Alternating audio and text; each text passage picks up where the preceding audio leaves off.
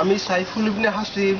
আমি বাংলাদেশ ক্রীড়া শিক্ষা প্রতিষ্ঠান থেকে ডিপ্লোমা ইন ফুটবল কোচিং করেছি। এখন তার পাশাপাশি আমি স্পোর্টস সাইকোলজিও করেছি।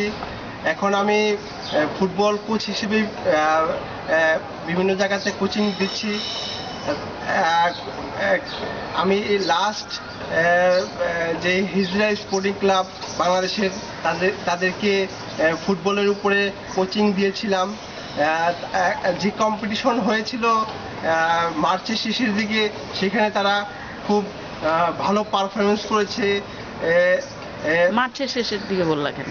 তুমি বলো যে মানে আমি আমি প্রশিক্ষণ যখন করাই তখন আমার সন্দেহ ছিল। হ্যাঁ হোক, অসুবিধা না, কাটিং করে দেবো।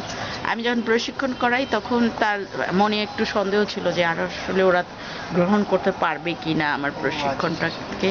পরবর্তীতে দেখলাম না, তারা আমার প্রশিক্ষণটা ভালোভাবেই গ্রহণ করেছে। এইটাও কথা বলো।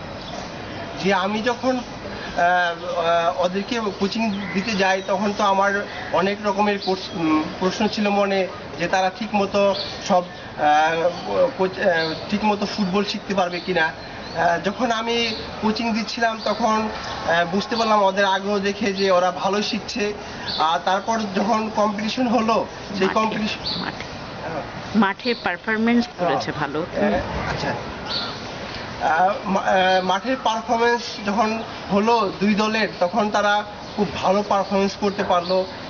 আমি তো অবাক হয়ে গেলাম যে আন্তর্জাতিক মানের একটা খেলা, যে এত ভালো পারফরমেন্স হয়েছে যে এটা যে কোনো লেভেলের সাথে তুলনা করা যায়। যেমন আন্তর্জাতিক লেভেলে কম্পিটিশন হলে যেসব নিয়ম, যেসব যেসব যেসব কলাকৌশল ব্যবহার প্রয়োগ করে খেলতে হয়, সেই খেলা উভয় দলই সমানভাবে করতে পেরেছে। এটা দেখে আমি অত্যন্ত যেমন খুশি হয়েছি, তেমনি আমার আত্মবিশ্বাসও বেড়ে গেছে যে যদি হিজড়াদেরকে ভবিষ্যতে আরও প্রশিক্ষণ দেওয়া হয়, তাহলে তারা বিভিন্ন রকম কম্পিটিশন করে নিজেদেরকে সামনের দিকে এগিয়ে নিতে পারবে সকলের মতো, এবং নিজেদেরকে বিভিন্নভাবে আত্মবিশ্বাস তারা ফিরে পাবে।